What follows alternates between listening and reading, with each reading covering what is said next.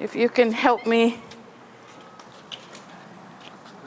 It was a last-minute change of venue because of COVID. I was originally supposed to exhibit somewhere else, but they had to take back the venue because of the shift in dates. So then I was rushing around KK looking for a venue, and there's very few places that have big spaces for big art. And a lot of my work is physically large. And then someone said, just ask SICC. So I came here. And Tristan, the GM, I didn't want to use the convention halls, but Tristan, the GM, introduced me to these spaces, and I love it. Because a big conceptual thinking behind the show is tanah dan air. And here we have Signal Hill on one side, we have the Gaya Bay and the sea on the other side. So together we have the two geographies that make up Sabah people, the orang darat and the orang laut, the land and the sea. So this is the statement, in a way, tanah dan air. The most important part of this is the dan. We have a lot of issues and prejudice in Sabah between land people and sea people, I feel. But we need to realize that we need each other, like at the Tamu. When you are selling your rice, you're not buying more rice, you're there to buy something you don't have.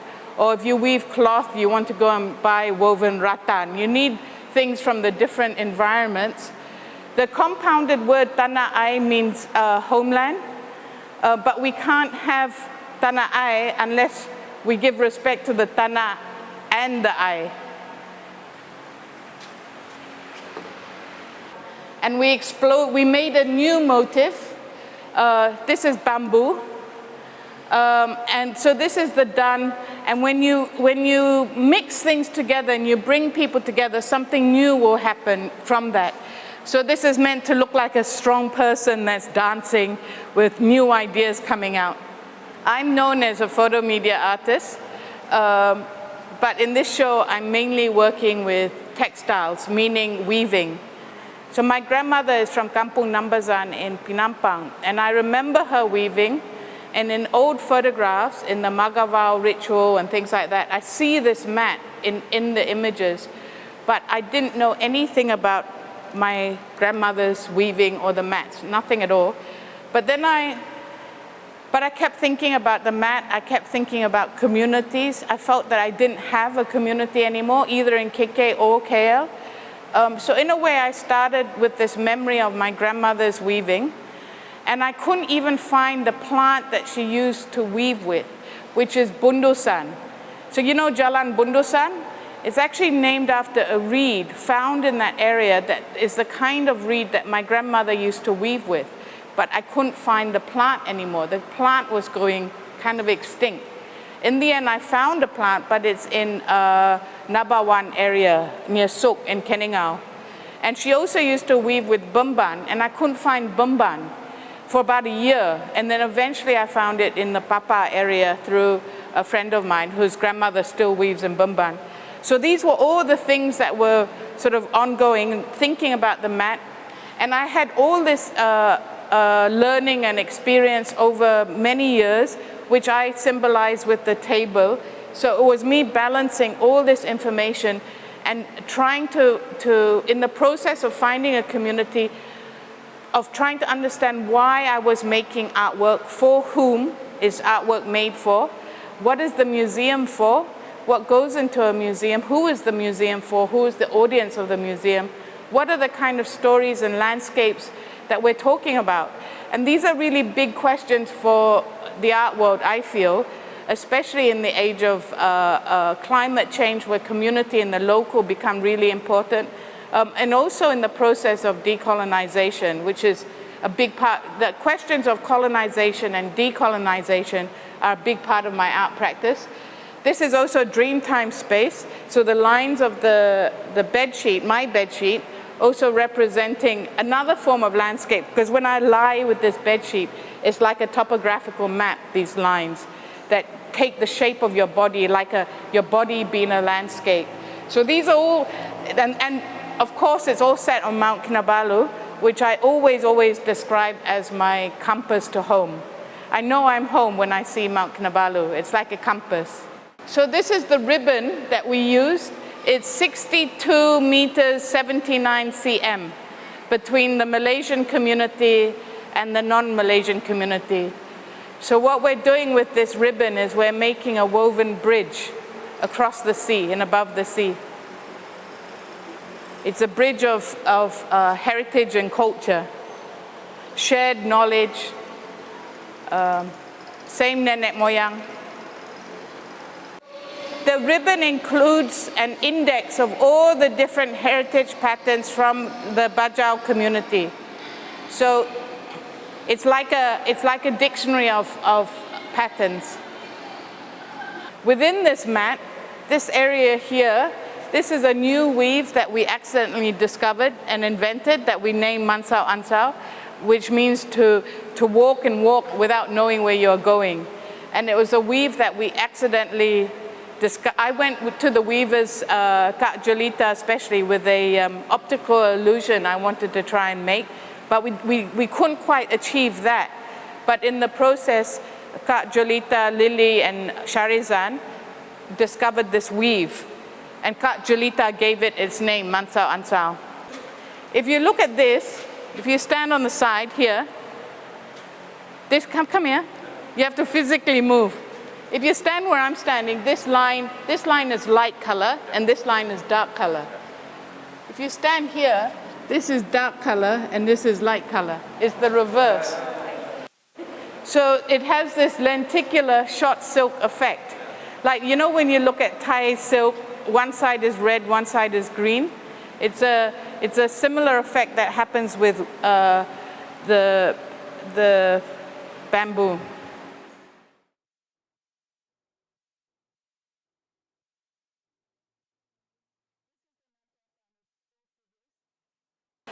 Me wanting to make slow art, taking my time to explore an idea, not hurry through it. I always feel so hurried when making work, and I just want to slow down.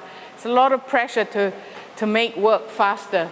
But this one, I really took my time. It's a 10-year piece, and it started in 2012 at a time of the GE13 was in 2013.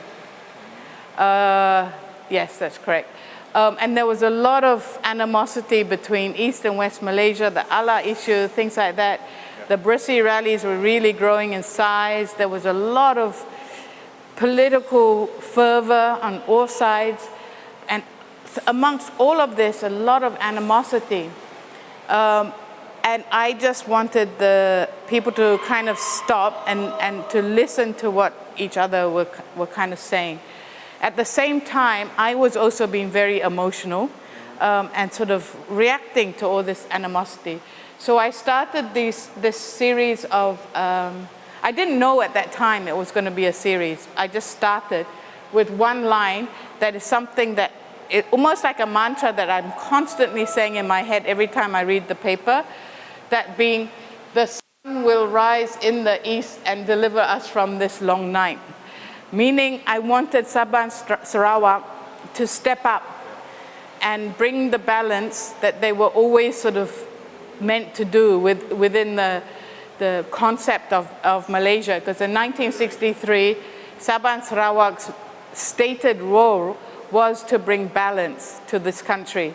And I wanted us to step up and do our job and bring balance. I think slowly and slowly we're becoming more assertive to bring that balance. I hope we continue to do so.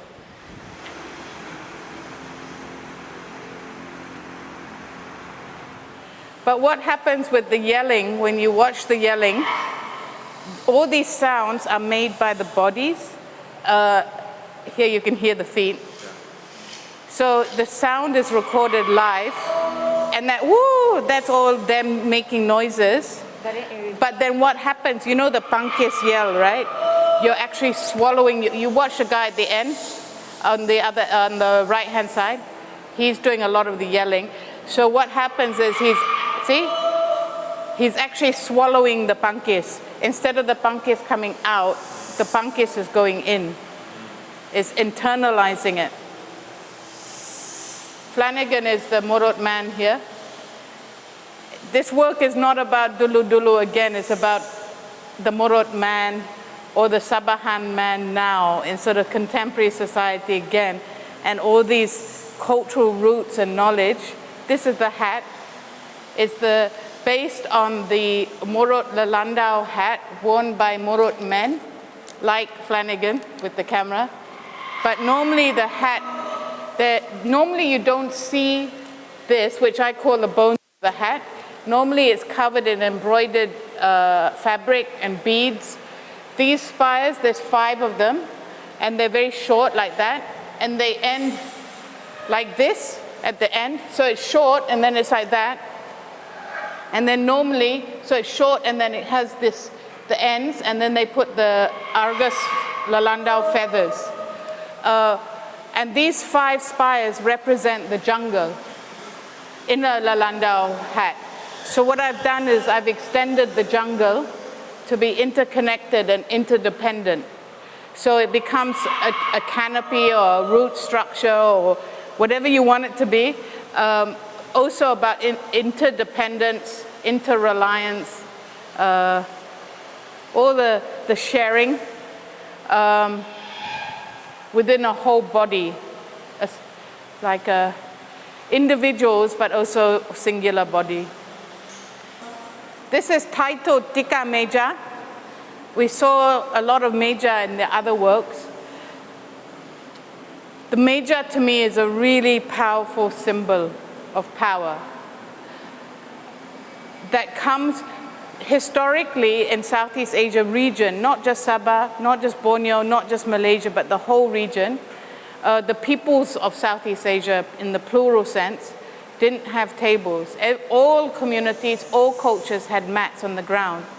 All these mats have hundreds and hundreds of names from around, all over the place. They're vernacular names belonging to that local community, those people. And they contain different motives and storytelling that comes from no authorship. It comes from the nenek moyang. There's authorship within the community, but it is passed on through generations and added to continuously, like a kind of language.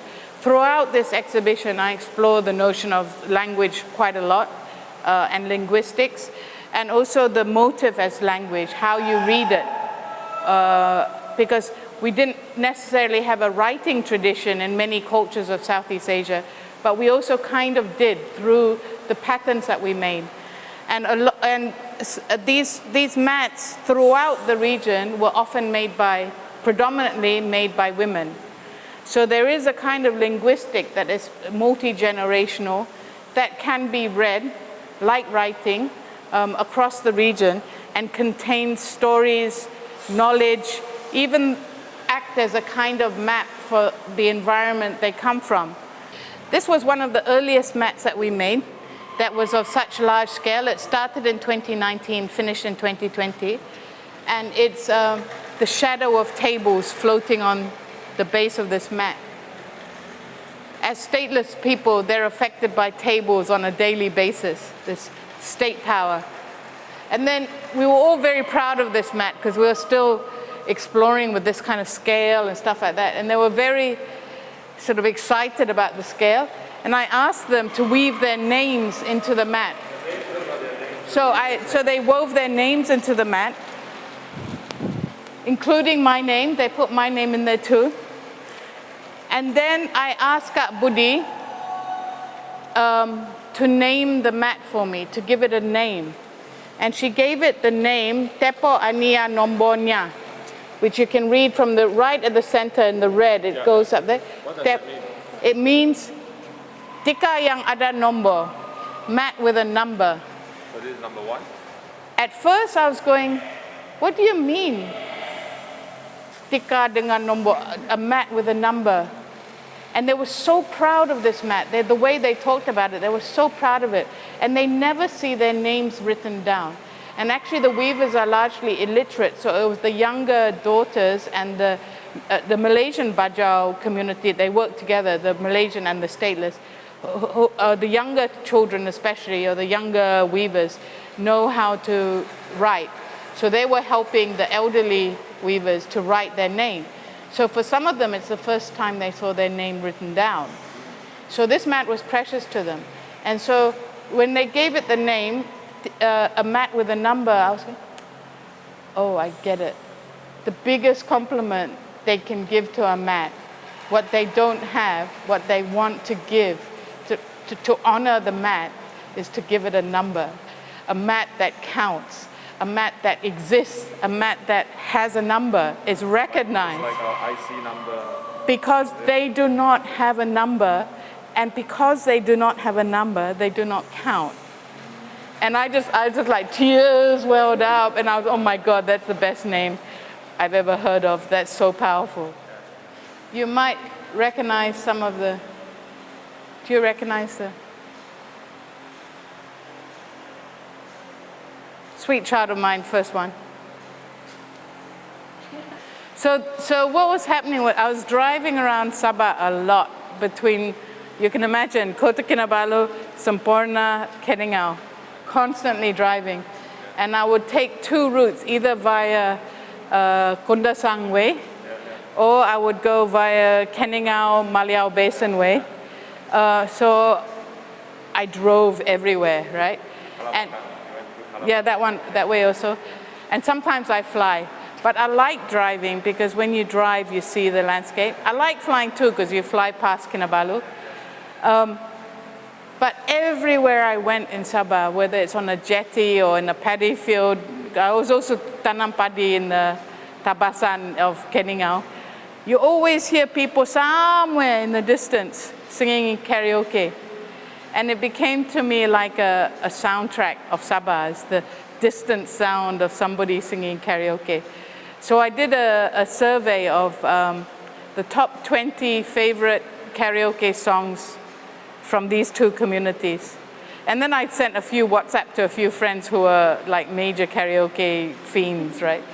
Top 20 most common songs you hear karaoke in Sabah. To me, these are iconic songs, and it's also a tribute to these songs. I think everyone loves them. I don't know anyone who doesn't love these songs.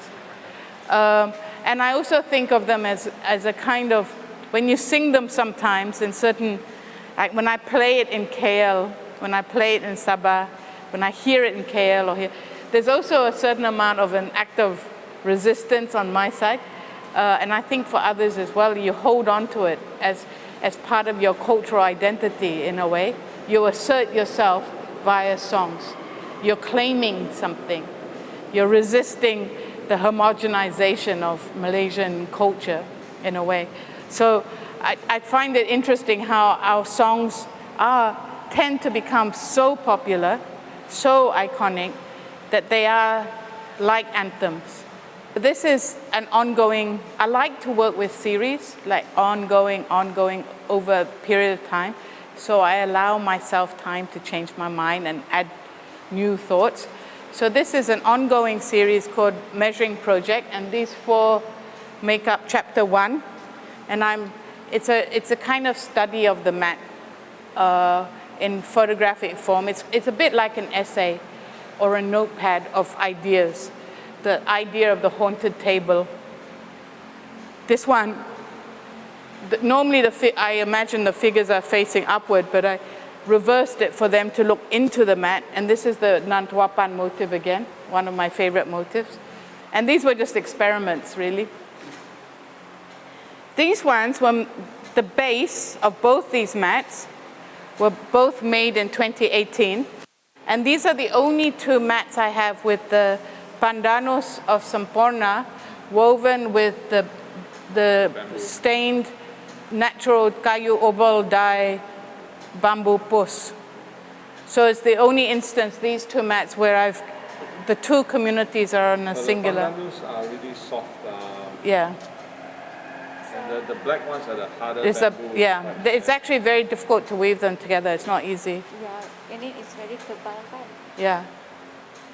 And this is, the top part is me attending the KK Women's Day March in 2019. Okay. And it became my protest panel. Women must be at the table. Actually, women must be at the table to be part of decision making and the making of power. But actually, we really need to flip the table and lift up the mat. But in order to do that, we must first be at the table. It's kind of, in my mind, a process.